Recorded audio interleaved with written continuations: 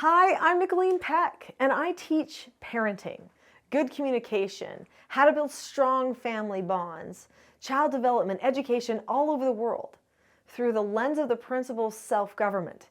And in this video, we're talking about how to teach a child to share.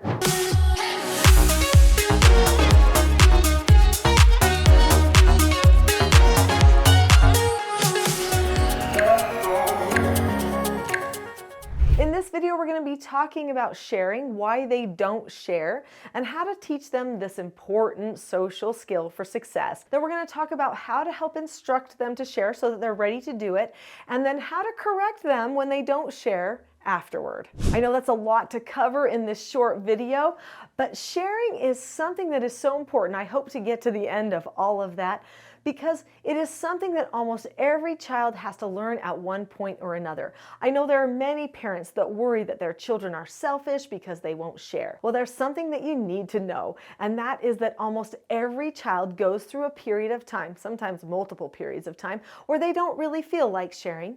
They're a little bit more selfish. Children by nature actually are more selfish than adults. So please don't compare your willingness to serve and sacrifice for your child and other people around you to their unwillingness to give up a toy or a last cookie. Children feel vulnerable. They feel like the low person on the totem pole. They know that anything they get, somebody else has to give it to them. Whether it's clothes, toy, food, an experience, they have to beg and fight and for every little thing that happens to them, and they're very aware of that. And so sometimes if they've worked hard towards something, they just don't want to sacrifice. They don't want to give it up. They feel like that they've put all their time and effort in. It feels like it's not just.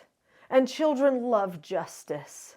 And so they don't want to give it up. Sometimes a person has waited and wanted for something for such a long period of time, or maybe it was so special to them because it was given to them for a birthday, or it was their birthday cake or something like that, that they just don't want to give it to another person. They want to have something feel special for them for a moment. It makes them feel big and important and like other people care. And every child who is small wants to feel big. So just because your child is struggling with sharing does not necessarily mean that your child has a permanent moral problem. So try not to take it super personally. This is where your own self-government comes in. After all, we are on the Teaching Self-Government YouTube channel, so we talk about not just the children's self-government, but also parents' self-government as well. So when you self-govern yourself, that means that you don't take other people's behaviors personally. You say, well, the child is not sharing right now, they're being a little selfish. That's a no answer for me. I'm not going to get angry, frustrated, upset, or worried. Instead, I'm going to do my proper role and I'm going to teach them. Now, if you have followed things here for a while, you know I've written a lot of books, 11 books actually. One of those books is called Roles: The Secret to Family, Business, and Social Success, and it talks about parental roles. It is the parent's role to do correction, so in no way am I suggesting that just because it might be developmentally normal for a child to experience some selfishness at certain points in their life, in no way does that mean that we don't do our teaching, because the parent role, the main parent role, because there's multiple, but the main one is to be a teacher, and the main child role is to be a learner. If the teachers don't teach and the learners don't learn, then we have dysfunction. So we absolutely must do the proper teaching in order to help our children with all of their behaviors, and that includes sharing as well. So we're going to talk about some of the skills and principles for sharing, teaching them and instructing them to share, what that looks like, and then what to do when they don't share and how to handle that circumstance. But first, if you've not done it yet, you probably want to subscribe to this channel, because everything on here is going to help you teach your children to better self-govern themselves. So let's talk about how to set up the environment where a person will learn sharing. Now, first thing is the parent has to be selfless, not selfish. So we do teach by by example as parents, whether we want to admit that or not. So if parents are saying to children all the time, that's mine, oh no, you can't do that, you can't do that, then the child is going to want to start saying, that's mine. In fact, usually when they hit about age 2, they will say, mine. That's mine. And they don't want to give it up. They don't want to share with the parent or anybody else. They want to be in control. They start practicing being in control in those toddler years, and the parents have to help the child understand that they don't get to control everything all of the time.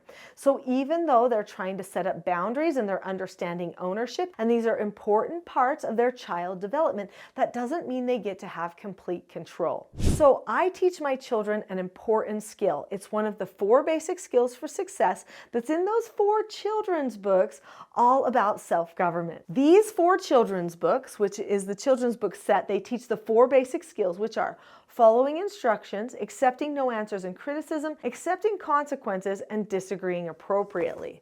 This book here, Page Takes the Stage, teaches the skill disagreeing appropriately.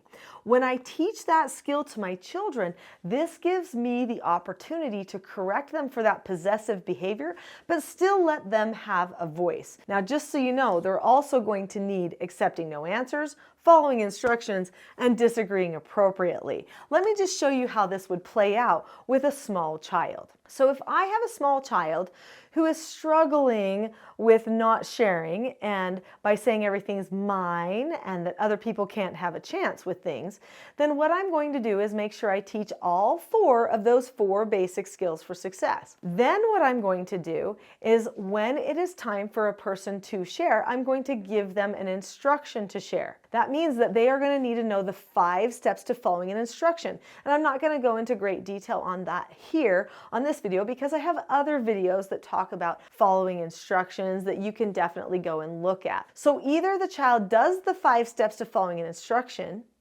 which could include disagreeing appropriately, another one of those 4 basic skills, or they don't. Now, what I'm probably going to do is I'm going to pre-teach them. That's one of the 5 teaching styles that I teach parents in my TSG parenting course that you can find at teachingselfgovernment.com. So they are instructed ahead of time that they can either say okay or ask to disagree appropriately and use that skill. So when they use their disagree appropriately skill, I'm going to listen to their appropriate disagreement. Now they need to use all of the steps in this book that teaches disagreeing appropriately. Then after that, the end of that skill, they have to accept my decision, whether it's no, whether it's yes. And if it's still no, then they need to use the skills in this book so that they can accept a no answer. If they don't accept a no answer, then I will do a correction for them and they will have to use the skills in this book, which teaches how to accept consequences when you're corrected. So you have to lay the foundation. You pre-teach all of those skills. You teach them how you will correct them, what the consequences are going to be, and then you simply need to just follow through. So sharing is an instruction. This is an instruction that your family has. So you need to explain to the child that that is an instruction that they need to do that. If they choose not to share, then they can always disagree appropriately at first, but then if it still doesn't work, they will be corrected for not sharing. And so then you would need to do a proper correction for them, which by the way is calm, it's uplifting, it's unifying. It's not something that feels demeaning to the child, or it shouldn't if it's done properly, I guess I should say. So the children are then taught they can use their disagree appropriately skill with you or with each other. They can use that skill with anyone. So instead of going to, no, I'm not sharing, what they would do instead is, so they would say, I see you're saying you want to use this, but I'm going to disagree appropriately with you about this. So then they disagree appropriately with each other, and the other person might still say, but I still want to use it. Hopefully they'll accept the disagreement and go, okay, I'm all right not using it. But if they don't, then the person either says, well, I'm going to give you a no answer on this. And hopefully they only use that to each other on very rare occasions. Or they say, well, okay, I guess you can use it and I'll share with you. I want to just tell you something about sharing. This might not be popular with some people. Sharing is not the most important thing for a person to do, okay? Staying on the side of what's right and wrong, good and bad, true and false is most important. Sometimes sharing is just to keep the peace, to make things convenient. Should every person want to give and share? Absolutely. Should we be nurturing that with our children? Absolutely. But sometimes we're promoting it when a person should be able to give another person a no answer sometimes. So they need to know that they can do that as well. They don't have to just passively give everything away. They should want to do it, and we should be nurturing that in their hearts. So teach them to share as an instruction, but also teach them that they can give other people no answers. And teach all of the other children that they need to learn how to accept no answers, and everyone needs to learn how to disagree appropriately with each other. And if it goes wrong, then you might have to do what I call in my TSG parenting course a group problem solving, where you gather them all together and you help them sort it out, and they might all get the opportunity to earn negative consequences because they didn't handle it properly. Making sure you give them the feedback at first is going to help them perfect the skill of sharing. But another thing that you can do to help them value each other and want to sacrifice for each other is develop a really great family culture.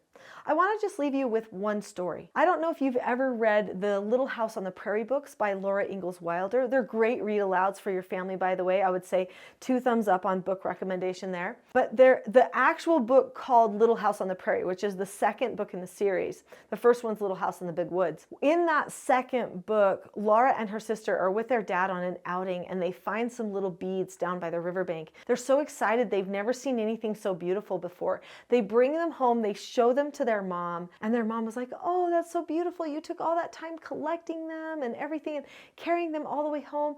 And you know what we can do? We can make a little necklace for your baby sister, Carrie." And Laura and Mary, both thinking they would get to use these beads in some way, were like, "Okay, we will do that." And when they got a cookie from a neighbor one time, I think this was in Little House in the Big Woods, they gave it to their baby sister. They were instructed to do so by their mother. Their mother taught them to sacrifice.